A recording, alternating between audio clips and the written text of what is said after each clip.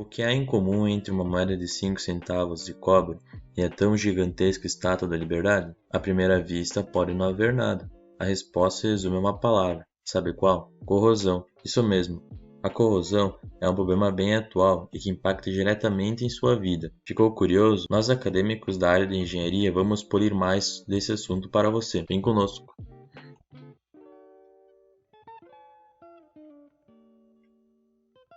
O uso de metal pelo ser humano é algo bem antigo. Iniciou a partir de 5000 a.C., com a obtenção de ferramentas. A partir disso, o homem começou a olhar com outros olhos e ter profissionais como os ferreiros que dominavam a arte de transformar metais em espadas, adagas e lanças. Ter armas era fundamental para adquirir poder militar, mas com o passar do tempo, saber entender a fina arte de trabalhar com metais se tornou fundamental para a arquitetura, construção de monumentos e, com a chegada da industrialização, adquirir melhor resistência e produtividade. Mas aí, aonde entra na história a moeda de 5 centavos e a corrosão?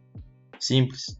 Onde há materiais metálicos, há problemas com a oxidação. A oxidação é o nome dado ao processo de perda de elétrons por um átomo, grupo ou espécie iônica durante uma reação química. Ela é identificada a partir do aumento de NOx da espécie ou átomo quando se compara reagente e produto. Vejamos um exemplo. Uma exemplificação clara da oxidação é a ferrugem do ferro. Ela ocorre pois, na presença da umidade, os átomos de ferro cedem 2 elétrons para 2 moléculas de água e 2 átomos de hidrogênio. Recebem esses elétrons e se transformam em gás hidrogênio. O restante da molécula de água forma íons OH-. Os íons de ferro ainda sofrem mais uma oxidação pelo oxigênio do ar e se transformam na substância castanha, conhecida como ferrugem. Uma forma bem visível de saber se o metal está oxidado é observar a mudança de coloração. Esse exemplo é da Estátua da Liberdade. Você sabia que a cor azul esverdeada da estátua, na verdade, não é a cor original dela? Sim, senhoras e senhores.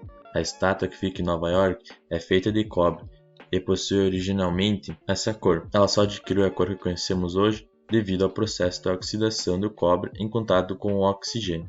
Existem diferentes tipos de oxidação.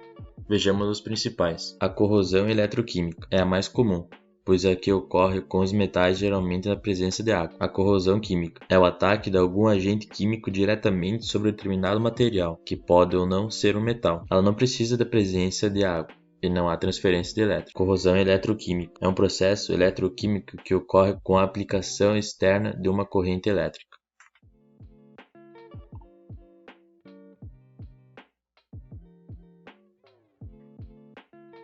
Olá, boa noite. Meu nome é Adriano Zortea. Eu sou de Campos Novos, sou engenheiro civil já há 11 anos. Tenho uma construtora aqui no município que ela atua bastante na parte residencial, comercial, né? E alguma coisa na parte industrial. Vou tentar ser breve e mais objetivo aqui nas perguntas. Então vamos lá. Principalmente a parte de armaduras, tá? Esse aço que é utilizado na construção civil, ele não é feito para ficar exposto, né? Ele seria exposto só no início quando ele é produzido, e depois ele tem que ficar com cobrimento. Então esse aço ficando exposto, ele vai sofrer bastante corrosão. Então, se ele ficar mal colocado, com certeza ele vai oxidar, vai ter essa corrosão mais rápida e vai afetar essa parte da armadura, né? Afetando essa parte da armadura, com certeza aí uma obra que tem que durar em torno de 20 anos, se não tiver manutenção principalmente, ela vai durar muito menos. Outro problema de ferrugem é a degradação de ferramentas de metais. Todavia, é possível realizar a retirada de resíduos ferruginosos através de um processo que chamamos de eletrólise. Um processo usado com base em substâncias iônicas, que possuem a capacidade de conduzir corrente elétrica quando estão em soluções aquosas. A eletrólise provém dessa propriedade iônica, ou seja, é um processo que se baseia na descarga de íons, onde ocorre uma perda de carga por parte de cátions e ânions. Uma forma bem experimental de entender esse processo é encher um balde plástico com água. A quantidade deve ser suficiente para submergir o objeto com óxido de ferro. Em seguida, acrescente-se uma colher de sopa de bicarbonato de sódio para cada 3 litros de água. Após mexer o bicarbonato até que dissolva, coloque dentro do balde um metal para a reação. Esse objeto deve ficar apenas parcialmente submerso no balde. Use uma fonte de energia e realize as ligações elétricas. Tomando os cuidados necessários, você obterá ao fim do processo um metal livre de corrosão e uma água bem ferruginosa. A eletrolise leva cerca de 20 horas e ao final do processo basta utilizar uma bucha ou uma escovinha para remover o restante dos resíduos.